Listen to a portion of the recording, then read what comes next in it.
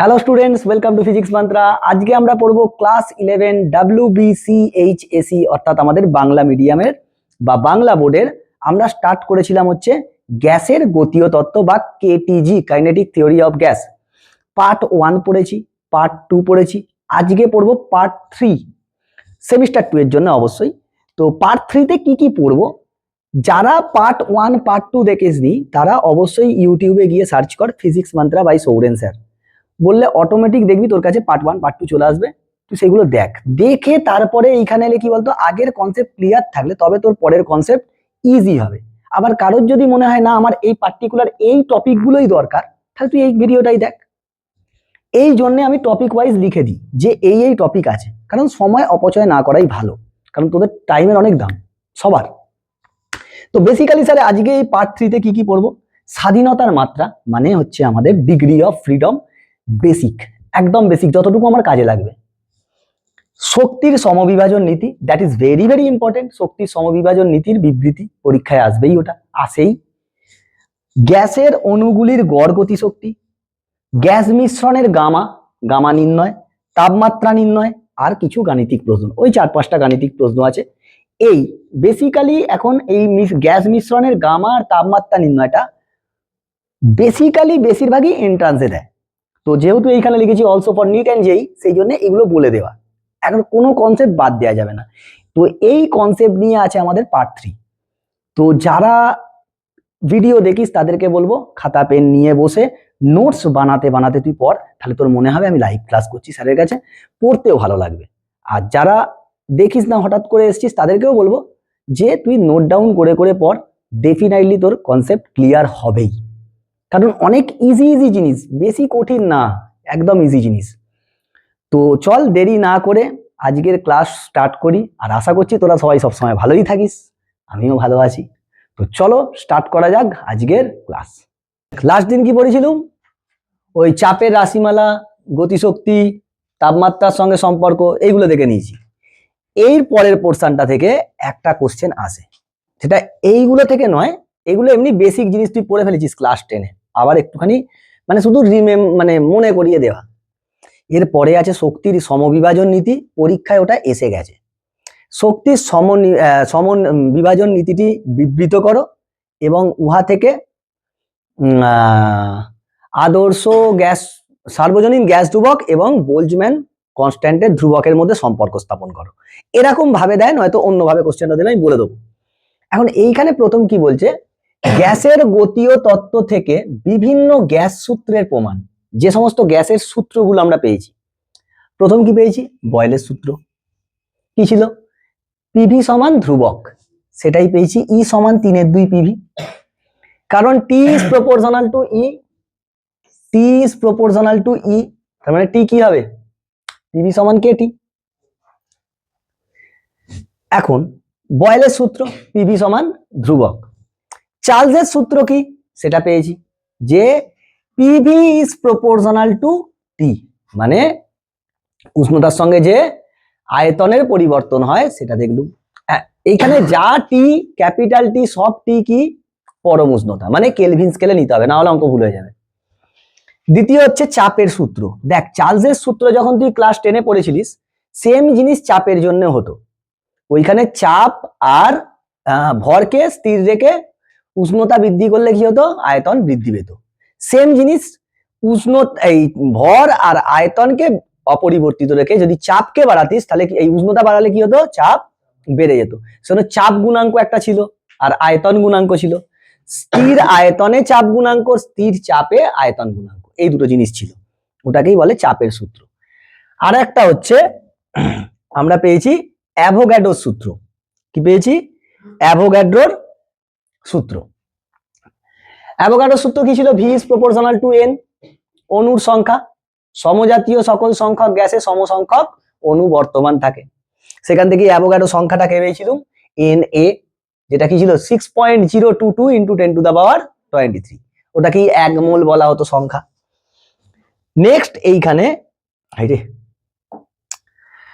Next হচ্ছে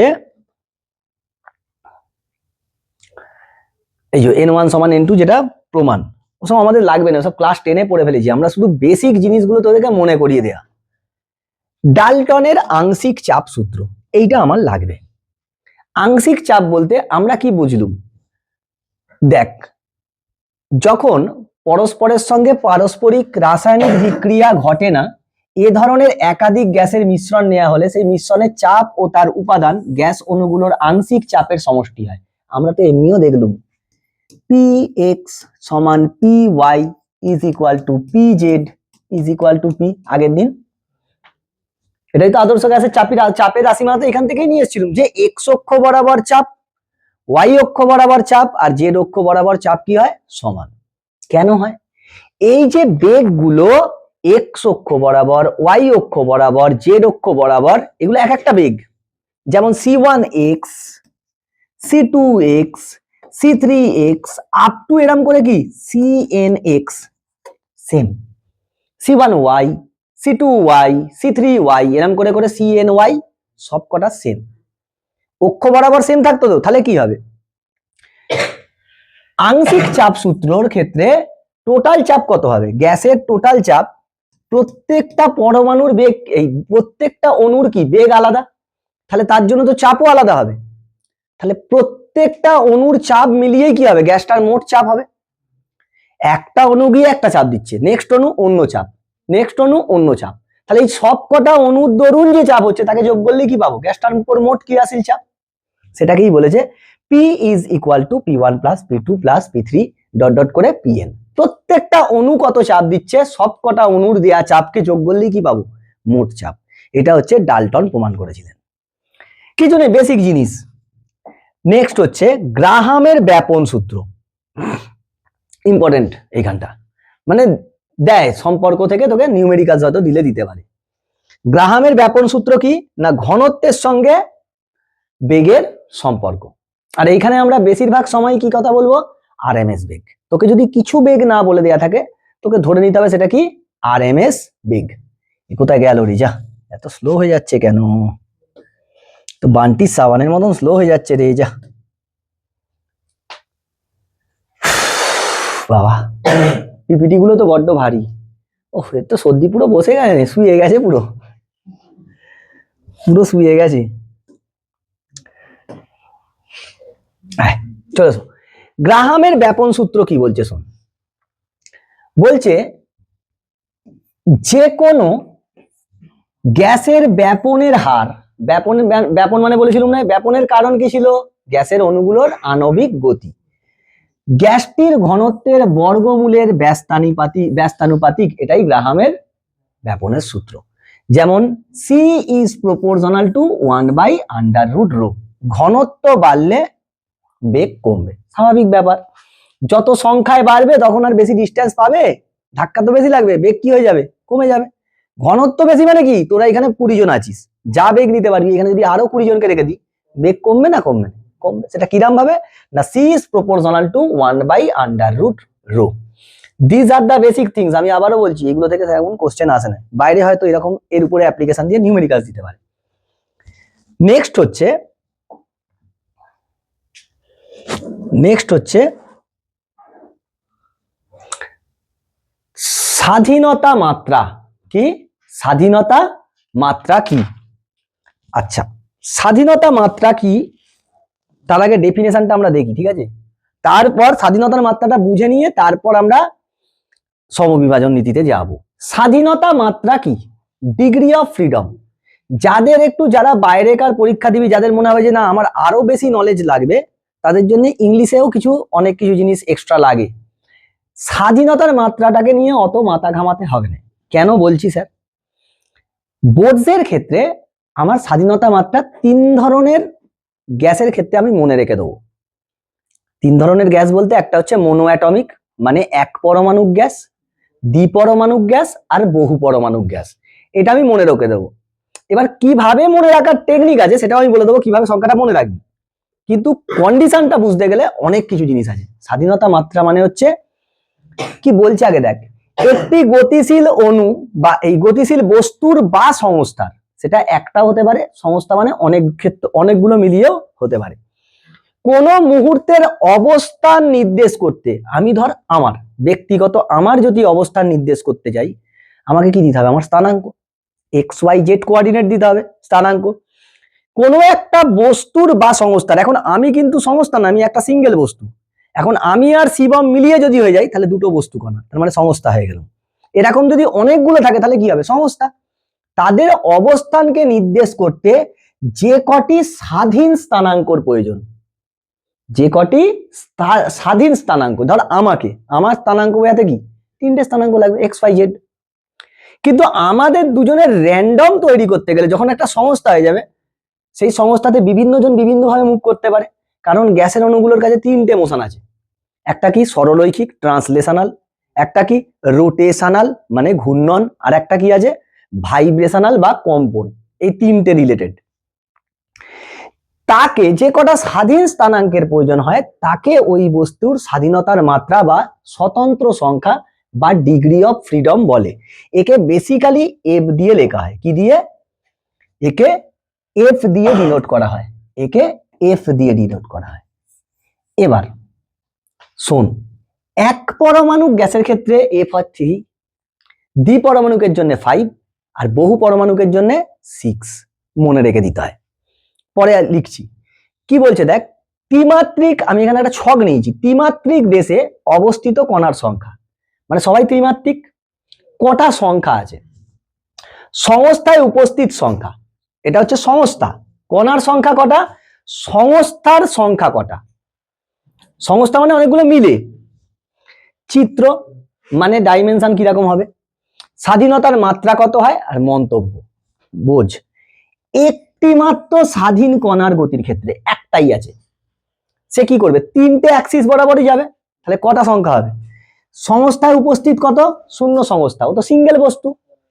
সংস্থা তার মানে কত? 0। এই 3টে অ্যাক্সিসেই মোশন করবে, তাহলে এর স্বাধীনতার সংখ্যা কটা হবে? 3টে। যেমন আমার ক্ষেত্রে বললুম, আমার স্থানাঙ্ক বোঝাতে কি 3টে XYZ। রৈখিক গতির স্বাধীনতার মাত্রা হয় 3 এইখানে।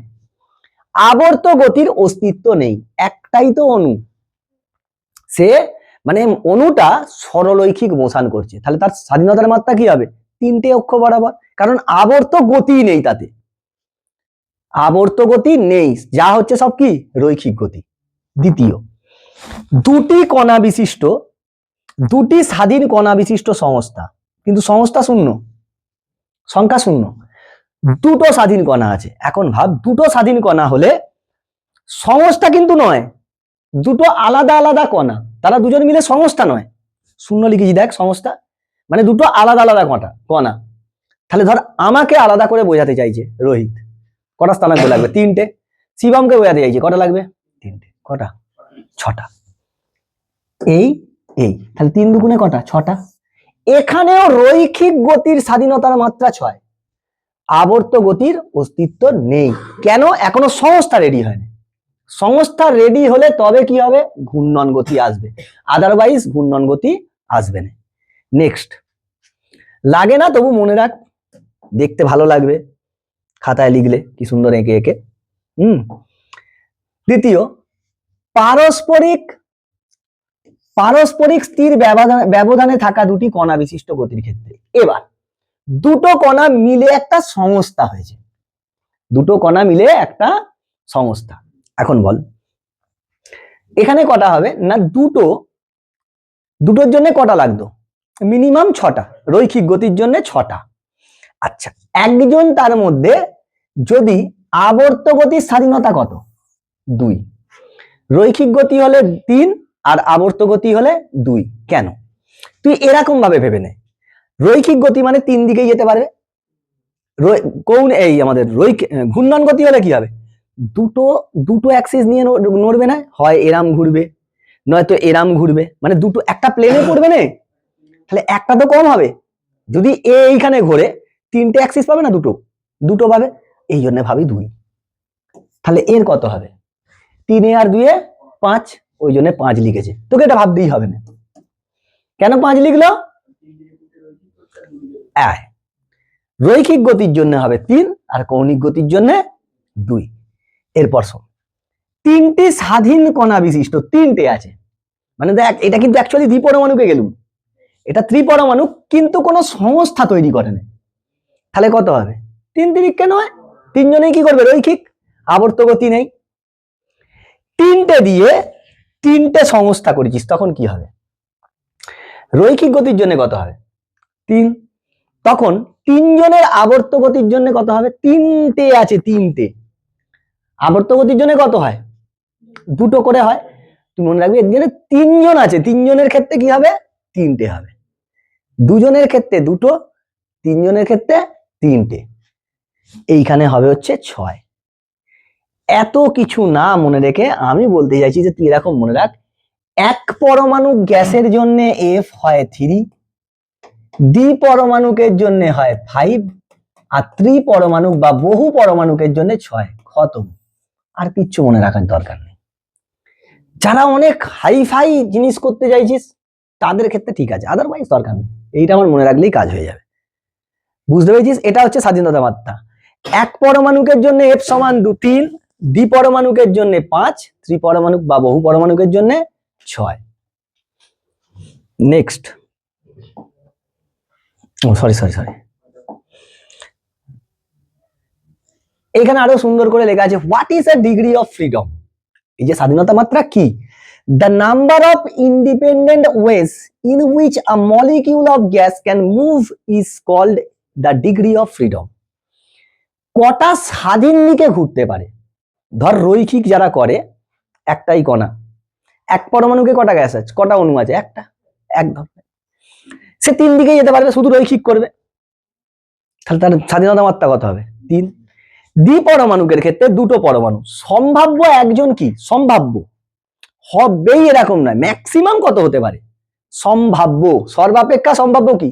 একজন রৈখিক গতি আর একজন আবর্তন গতি। কত হবে? 3 এ 2 এ 5। তিনজনের ক্ষেত্রে সর্বাপেক্ষা সম্ভাব্য কি? তিনজন তিন ধরনের মোশন করবে, একজন রৈখিক, একটা রৈখিক, একটা ঘূর্ণন আর একটা কম্পন। রৈখিকের ক্ষেত্রে 3, আবর্তনের জন্য 2 আর কম্পনের জন্য 1। কত হচ্ছে? এরম ভাবে মনে রাখতে হয়, এরম ভাবে মনে রাখতে হয়। বাকি এখানে অনেক কিছু লেখা আছে, যারা পিপিটিটা নিবি তারা পিপিটিটা ভালো করে বা নোটসে একটু ভালো করে রিডিং মারবি, বুঝতে পারবি। হয়েছে?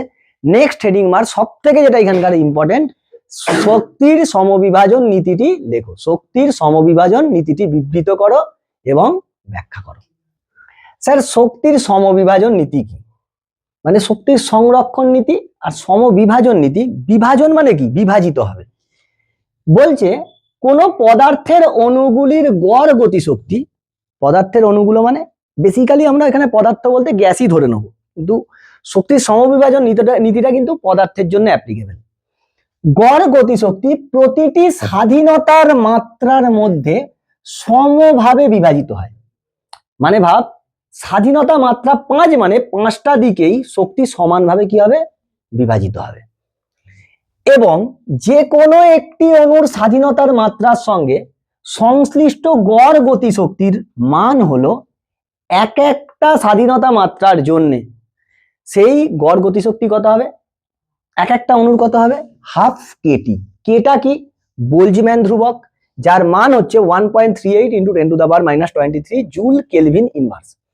আর টি হলো পরম উষ্ণতা, মানে কেলভিনে নিতে হবে। মানে ধর গ্যাসের অণুগুলোর একটা, এটাই শক্তির সমবিভাজন নীতি। আর কোনো দাঁড়ি কমা ফুল স্টপ মিস করা যাবে না, পুরো এটাই লিখতে হবে যে শক্তিটা প্রত্যেকটা ডিগ্রি অফ ফ্রিডমে কি হবে? সমভাবে বিভাজিত হয়ে যাবে মোট শক্তিটা। এখন তুই বল, আদর্শ গ্যাসের, যে কোনো আদর্শ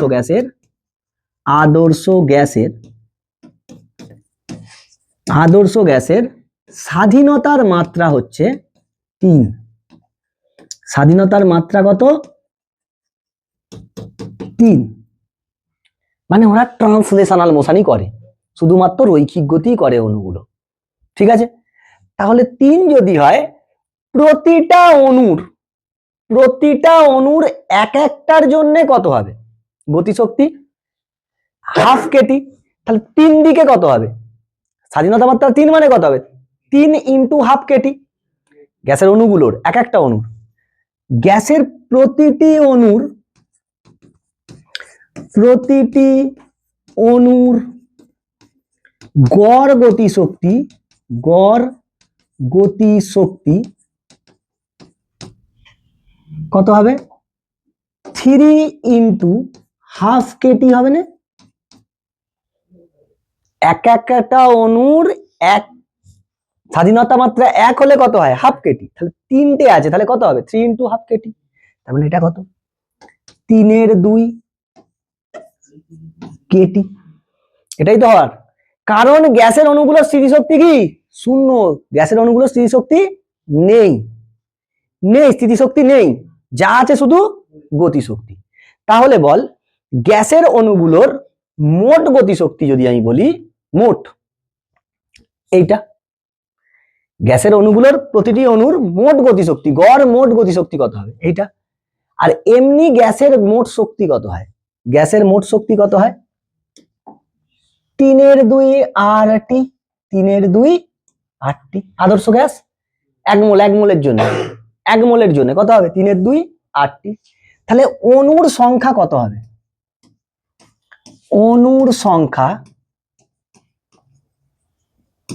অণুর সংখ্যা n সমান 1 মোল মানে Na লিখতে পারি 3/2 RT বাই 3/2 KT মোট শক্তি বাই গড় শক্তি তাহলে তো অণুর সংখ্যা পেয়ে যাব তাহলে এইখান থেকে সব কেটে কুটে গিয়ে Na সমান R by K K R is equal to K into Na যেখানে Na কি অ্যাভোগাড্রো সংখ্যা তুই দেখ এমনিও K এর মান বসা আর N এর মান বসা R এর মান চলে আসবে R এর SI মান কত বল 8.314 K এর মান কত দেখলি SI তেই ছিল SI তেই 1.38 ওকে 6.02 দিয়ে গুণ কর কারণ 10 to the power 23 10 to the পাওয়ার -23 উঠে গেল 8.134 আসবে এটাই হচ্ছে R এর সঙ্গে K এর সম্পর্ক Na কিন্তু অ্যাভোগাড্রো সংখ্যা যদি 1 মোলের জন্য হয় আর যদি যে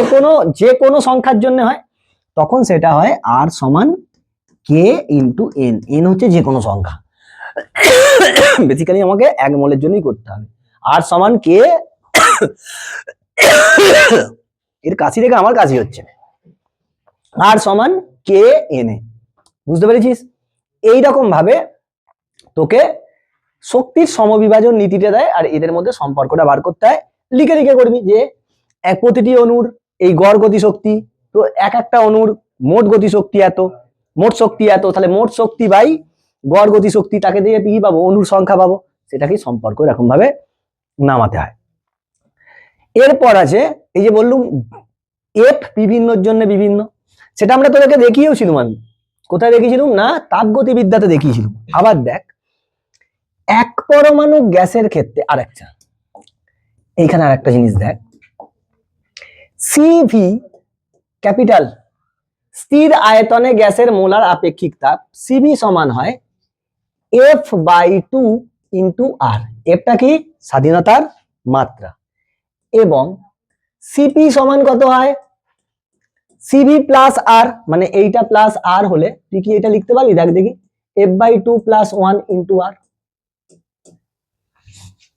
CV সমান হয় F/2 ইন্টু R আর হচ্ছে সার্বজনীন গ্যাস ধ্রুবক CP সমান কি ছিল CV প্লাস R মান বসাচ্ছি এবং বলো গামা সমান কি ছিল CP বাই CV তাহলে এইটা বাই ওইটা করলে কেটে কুটে বেরিয়ে যাবে F/2 দাঁড়া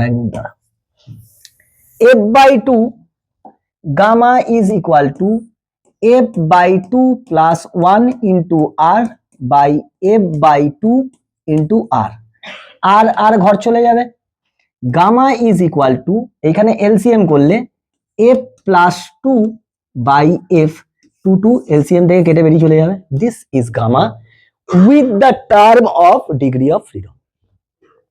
অফ ফ্রিডম দিয়ে আমি এরকম এবার এক পরমাণুকের ক্ষেত্রে গামা বের করে নিতে পারবি দেখ এক পরমাণু গ্যাসের ক্ষেত্রে কথা নয় এক পরমাণুক গ্যাসের জন্য স্যার এইগুলোর ভ্যালু যদি না মনে রাখতে পারো নিউমেরিক্যালস নামবে না এক পরমাণু গ্যাস এর ক্ষেত্রে F সমান হয় 3 কত মানে মনো অ্যাটমিকের জন্য F সমান 3। তাহলে সিভি কত হবে বলো বলো, সিভি সমান 3/2R, 3R/2। সিপি কত হবে 5R/2। গামা কত হবে 5/3, দ্যাট ইজ ইকুয়াল টু 1.67। দ্বিপরমাণুকের জন্য, দ্বিপরমাণু গ্যাসের জন্য, দ্বিপরমাণুক গ্যাসের ক্ষেত্রে এফ কত বলেছি 5। তাহলে সিভি কত হবে 5/2, 5R/2। সিপি কত হবে 7R/2। গামা কত হবে 7/5, 1.4। সেই কম তো। আর হচ্ছে বহু পরমাণুক গ্যাসের ক্ষেত্রে, বহু পরমাণুক গ্যাসের ক্ষেত্রে,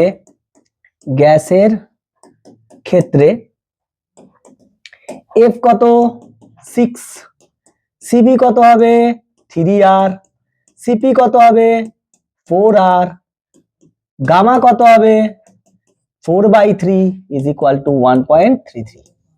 এগুলো আমরা দেখে নিয়েছিলাম, তবু আজকে দেখে নিলাম যে এফ দিয়ে কি করে আনবো। এরপর একটা জিনিস আছে, দুটো গ্যাসকে, বেসিক্যালি আমাদের দুটো গ্যাসই দেয়, যদি তাপমাত্রা দিয়ে দেয় আর গামা দিয়ে দেয়। দুটো কোশ্চেন বাইরেকার কোশ্চেন পরীক্ষায় বেশি আসে, হ্যাঁ কোনো জায়গার কোশ্চেন নেই যে নেই।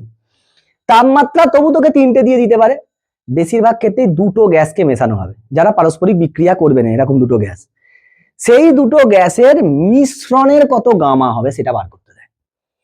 বিশাল ইম্পর্টেন্ট। কোনো গ্যাসের, দুটো গ্যাসের মিশ্রণের গামা কত হবে, কোনটা কত পরিমাণ মেশাতে হবে সেটাও তোকে বলে দেয়া থাকবে।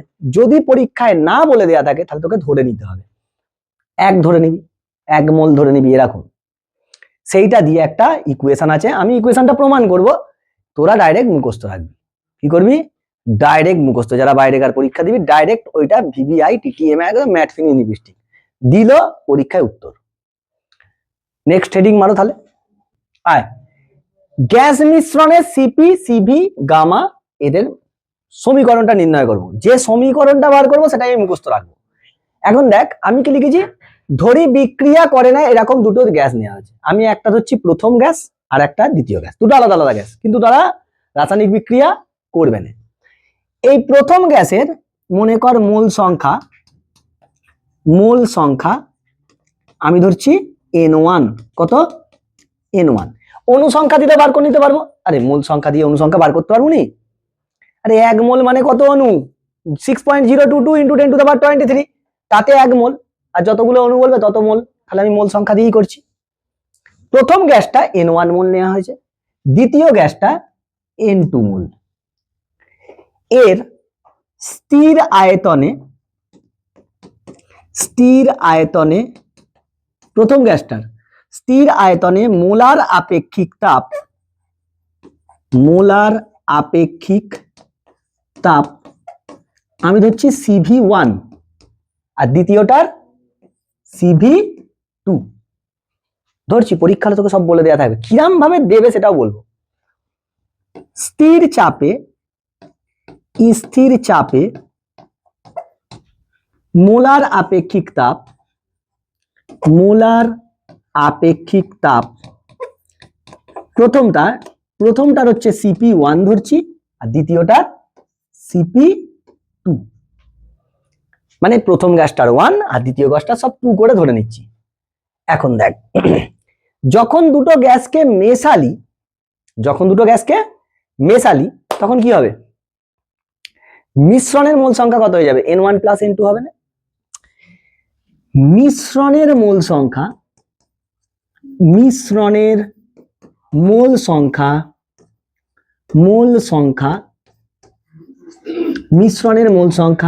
N1 + N2 লিখতে পারবো না, লিখতে পারবো। মানে এখন আর গ্যাসটা N1 মোল নেই, প্রথম গ্যাসটা N1 দ্বিতীয় গ্যাসটা N2, তাহলে মোট কত হয়ে গেছে মিশ্রণ N1 + N2।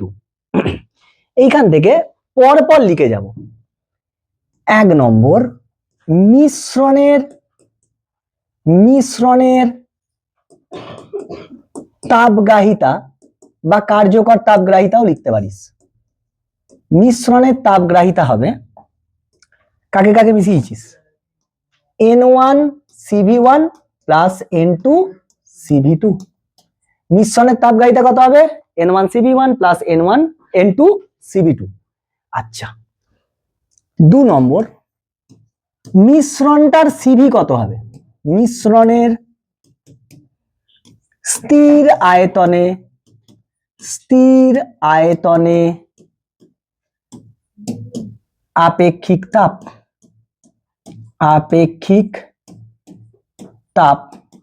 এটাকে আমি নাম দিচ্ছি CV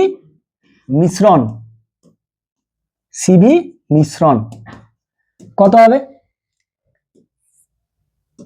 N1 CV1 plus N2 CV2 by N1 plus N2। তাপগ্রাহিতা বাই মোট কত মোল, এইটা ফর্মুলা একদম মুখস্থ রাখবি। 2 নম্বর, মিশ্রণের স্থির চাপে আপেক্ষিক তাপ সিপি মিক্স বা সিপি মিশ্রণটার সিপি কত হবে বলো, একইভাবে N1 CP1 plus N2 CP2 by N1 plus N2। বল মিশ্রণের গামা কত হবে, মিশ্রণের গামা মিশ্রণ কি হয়, কত নয়, সিপি মিশ্রণ বাই সিভি মিশ্রণ, তাই নয়? তাহলে গামা অফ মিশ্রণ কত হবে, গামা অফ মিশ্রণ, দেখ এইটা বাই এইটা করলে N1 plus N2 cancel out হয়ে যাবে, আসবে তোর N1 CP1 plus N2 CP2 by N1 CV1 plus N2 CV2। This is your formula. হয়েছে, বুঝতে পেরেছিস? বিশ্বাস কর, পরীক্ষাতে তোকে এইরকম ভাবে দেবে না, তোকে গামা দিয়ে দেবে, তোকে এরকম ভাবে দেবে না, তোকে বলবে পরীক্ষায় এই মিশ্রণের এর হচ্ছে গামা 1 আর 2 নম্বরটার গামা 2, তাও দেবে না, বলবে এটা 1 পরমাণুক, এটা দ্বিপরমাণুক, তুই 1 পরমাণুকের গামার মান জানিস, দ্বিপরমাণুকের গামার মান জানিস, এরকম ভাবে দেবে। তাহলে যদি গামা দিয়ে দেয় তখন কি করব স্যার, যদি গামা দিয়ে দেয় তখন কি করবি শোন, আমাকে বল, সিপি মাইনাস সিভি পড়েছিলিস, আর ছিল, আর সিপি বাই সিভি কত ছিল, গামা, সেখান থেকে একে যদি সিভি দিয়ে ভাগ করি, সিপি বাই সিভি -1 সমান আর বাই সিভি, এইখান থেকে সিভি সমান তোর আসতো আর বাই গামা -1 এবং সিপি সমান হয় গামা আর বাই গামা -1, হয় না? এটাই তো হতো, এটাই ফর্মুলা ছিল, ভাঙো, এটাই আসবে, সিপি বাই সিভি সমান গামা, সিপি সমান কি হবে, সিভি ইন্টু গামা, তাহলে সিভির মানটা বসিয়ে দিয়েছি। এবার শোন, গামা অব মিশ্রণ বলো, N1 CP1 এর জায়গায় এটা লিখতে পারবো, গামা 1 আর গামা 1 -1 লিখতে পারবো, আরে CP1 ছিল 1 এর জন্য গামা 1 প্লাস N2 CP2 মানে গামা 2 আর বাই গামা 2 -1 লিখতে পারবো নি,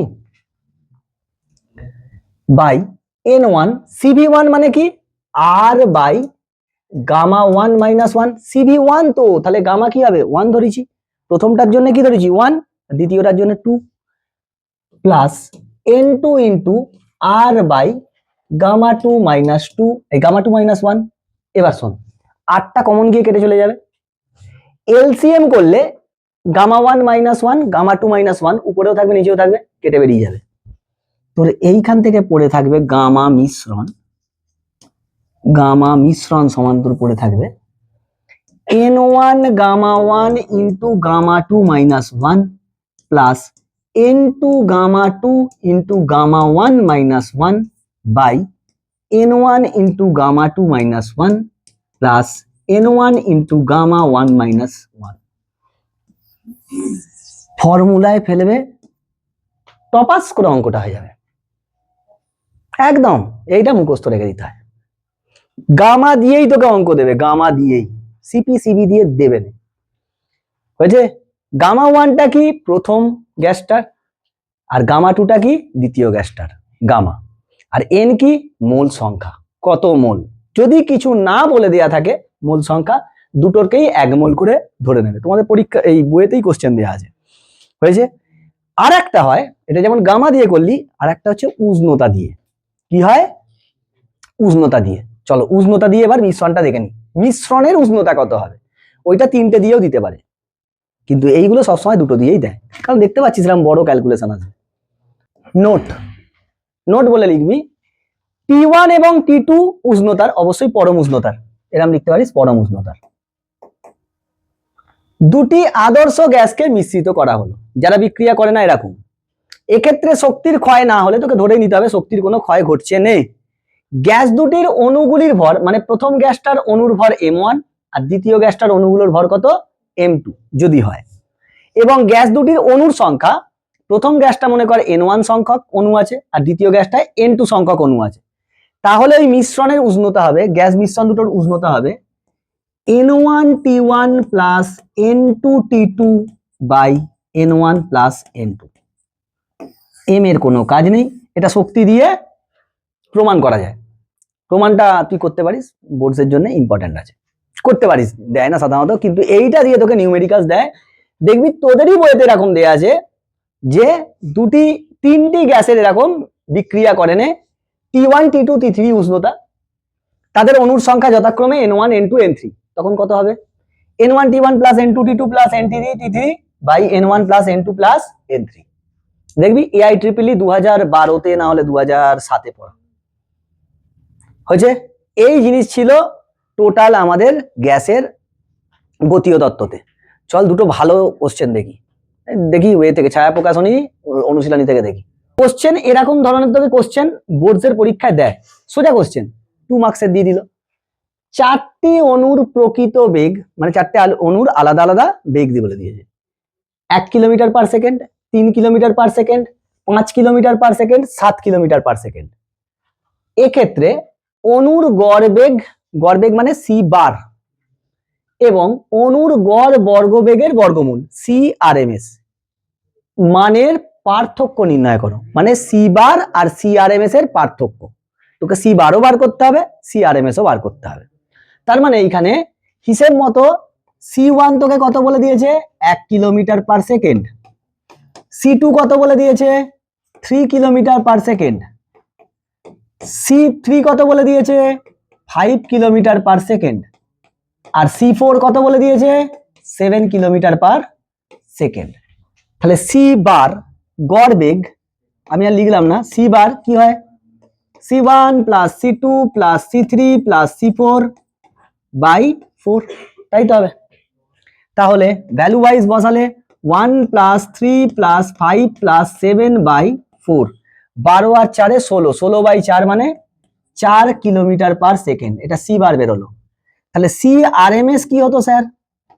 CRMS হচ্ছে রুটের ভিতরে C1 square, C2 square, C3 square plus C4 এর স্কয়ার বাই 4, এটাই তো হতো, স্কয়ার করে গড় করে তারপরে রুট।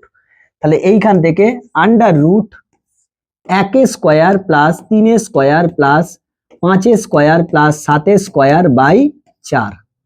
তার মানে এইখান থেকে আসবে তোর 1 আর 9 10, 10 আর 25 35, 35 আর 49, 35 আর 49 হচ্ছে 84, 84 বাই 4, এটা কাটবে 21, রুট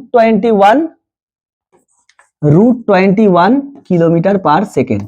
এবার দেখ এইটা এর থেকে বেশি, কারণ এটা তো 4 এর বেশি আসবে, 4-এর বেশি 5-এর কম, তার মানে এটা একজন কেউ ক্যালকুলেট করে বলতো।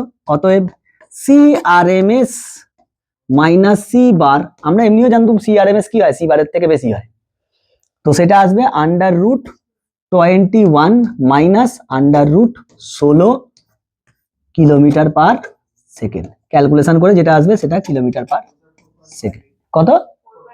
এটা 4.58, 4.58, সরি 85 লিখে দিয়েছি, 4.58 কিলোমিটার পার সেকেন্ড। তার মানে এটা আসবে 4.58 থেকে ওটা বাদ দিলে 0.58 কিলোমিটার পার সেকেন্ড। এটা তোমার উত্তর। মানে তোকে কোশ্চেন এমন দিয়েছে সি বারও বার করতে হবে, সি আর এম এস ও বার করতে হবে। হয়েছে? এরকম ধরনের বইয়েতে প্রচুর অঙ্ক দেয়া আছে, সেট 1, সেট 2, সেট 3 এরকম করে, বেসিক লেভেল, তারপরে মিক্স ব্যাগ, এখান থেকে অনেক অঙ্ক আছে।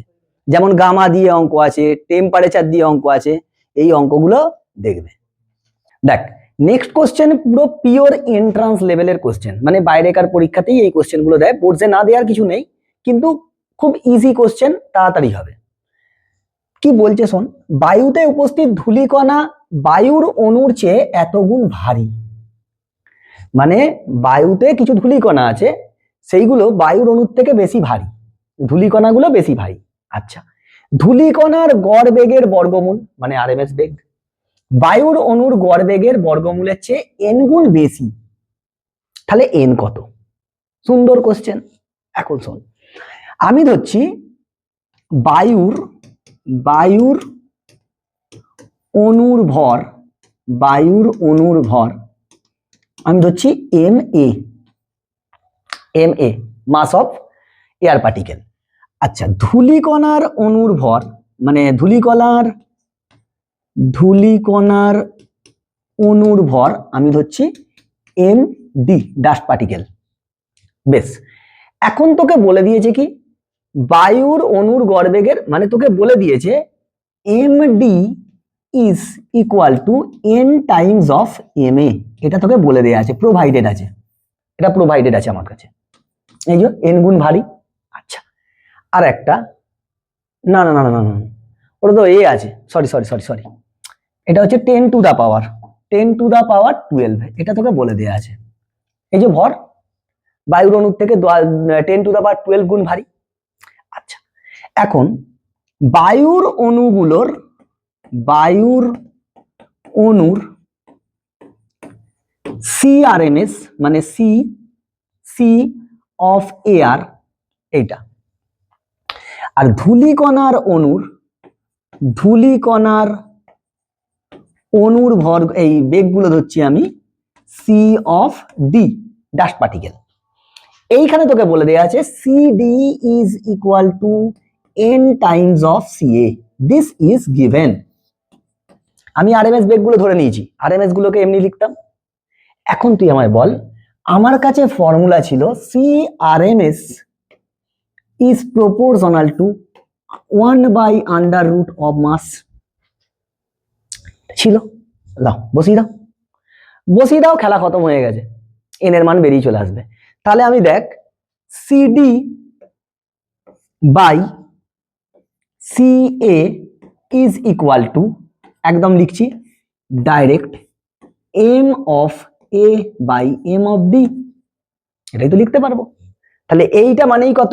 n, কারণ এইখান থেকে এই যে CD by CA that is equal to n, so n is equal to, বলো md কত এসেছিল? ma by 10 to the power 12 ma, সোজা বাড়ি যাবে ma, বা n is equal to √10 to the power minus 12, hence n is equal to 10 to the power minus 6, this is your value, खत्म। একদম মানে ইজি নিউমেরিক্যালস, একদম easy numerical, but this is the proper pattern of JEE and NEET, একদম proper pattern, যে এরকম ধরনেরই question দেয়, সেই জন্যই আমি করালাম। চলো নেক্সট কোশ্চেন দেখি। আবারও সেম ধরনের কোশ্চেন, মানে প্রপার এইগুলো এন্ট্রান্স লেভেলেরই কোশ্চেন, এরকম ধরনেরই কোশ্চেন দেয় বোর্ডে, তো তুই করতেই পারিস, যে কোনো কোশ্চেন দিতে পারে বোর্ডে। তো স্যার কি কোশ্চেন বলেছে, দেখ সুন্দর কোশ্চেন, নিজেদের মধ্যে বিক্রিয়া করে না এমন দুটি এক পরমাণু গ্যাসের দুটোই এক পরমাণুক গ্যাস। পারমাণবিক ভরের অনুপাত বলে দেওয়া আছে, তাদেরকে আবদ্ধ পাত্রে স্থির তাপমাত্রায় রাখা হয়েছে, তার মানে টেম্পারেচার কনস্ট্যান্ট। পার্শ্বীয় চাপের অনুপাতটা বলে দিয়েছে, চাপের অনুপাত বলে দিয়েছে, তাদের ঘনত্বের অনুপাত নির্ণয় করো। দুটো গ্যাস, তাদের পারমাণবিক ভর মানে ওই মোলার ভর, m1:m2, আরে আলটিমেটলি তো সেই একই আসবে অনুপাতটা, 2:3, দিস ইজ গিভেন। নেক্সট তাকে বলে দিয়েছে তোকে p1:p2 ইজ ইকুয়াল টু 4:3। এখন তুই আমাকে বল p সমান কি ছিল, 1/3 রো সি স্কোয়ার, সিআরএমএস। এখন সিআরএমএস সমান আবার কত ছিল স্যার, সিআরএমএস ছিল √3RT/m, C is equal two √3RT/m, তাহলে সি স্কোয়ার কি হবে 1/3 ইন্টু রো ইন্টু 3RT/m, 3 বাড়ি গেল, বা rho is equal two PM/RT। এখন আর তো স্যার ধ্রুবক, টি কি বলেছে, স্থির তাপমাত্রা মানে টিও constant, so rho is proportional to PM, তার মানে ρ1/ρ2 is equal two P1/P2 into M1/M2। বসাও ভ্যালু, বসাও, 4/3 ইন্টু 2/3, 8/9, অতএব ρ1:ρ2 ইজ ইওর 8:9। সুন্দর কোশ্চেন, ইজি কোশ্চেন, এরম ভাবে কোশ্চেন সলভ করতে হবে, বুঝেছো? আমি কিচ্ছু করিনি, দেখ শুধু আমি প্রেসারের ফর্মুলাটা জানতাম, সেখান থেকে আমার কাছে কি কি গিভেন কোয়ান্টিটি আছে আমি দেখেছি, this are the given quantities or datas. Now I am trying to make the relationship between rho, p and m because this is the given data and we need to find out this ঘনত্ব rho density. বুঝেছিস না বুঝিস? এই রকম ধরনের question sir very very important, বুঝতে পেরেছো? আরো অনেক কোয়েশ্চেন আছে, প্রচুর কোয়েশ্চেন আছে বইয়েতে, তুই প্র্যাকটিস কর, যত প্র্যাকটিস করবি তত কনসেপ্ট বাড়বে আর তত তোর হাত ফাস্ট হবে আর নলেজ লেভেলও তত মানে প্রখর তৈরি হবে। তো এই ছিল, আরো অঙ্ক আছে, আর একটা গামা টামা দিয়ে একটা অঙ্ক হয়, দেখবি বইতে অঙ্ক আছে, সেট 2 এর মনে হয় 9 অঙ্কটা, ওটা দেখলে দেখতে পারিস, ভালো কোশ্চেন, ওটা অনেক সালে পড়েওছি, ওরকম প্যাটার্নের কোশ্চেন আসে, ঠিক আছে? তো এই ছিল আজকের ক্লাস, এর পরদিন থেকে আমরা স্টার্ট করব সরল দোলগতি। তো ফাটিয়ে পড়াশোনা কর, আর বারংবার বলছি প্র্যাকটিস করে করে তুই আগা। তো চলো ভালো করে পড়াশোনা করো, টাটা।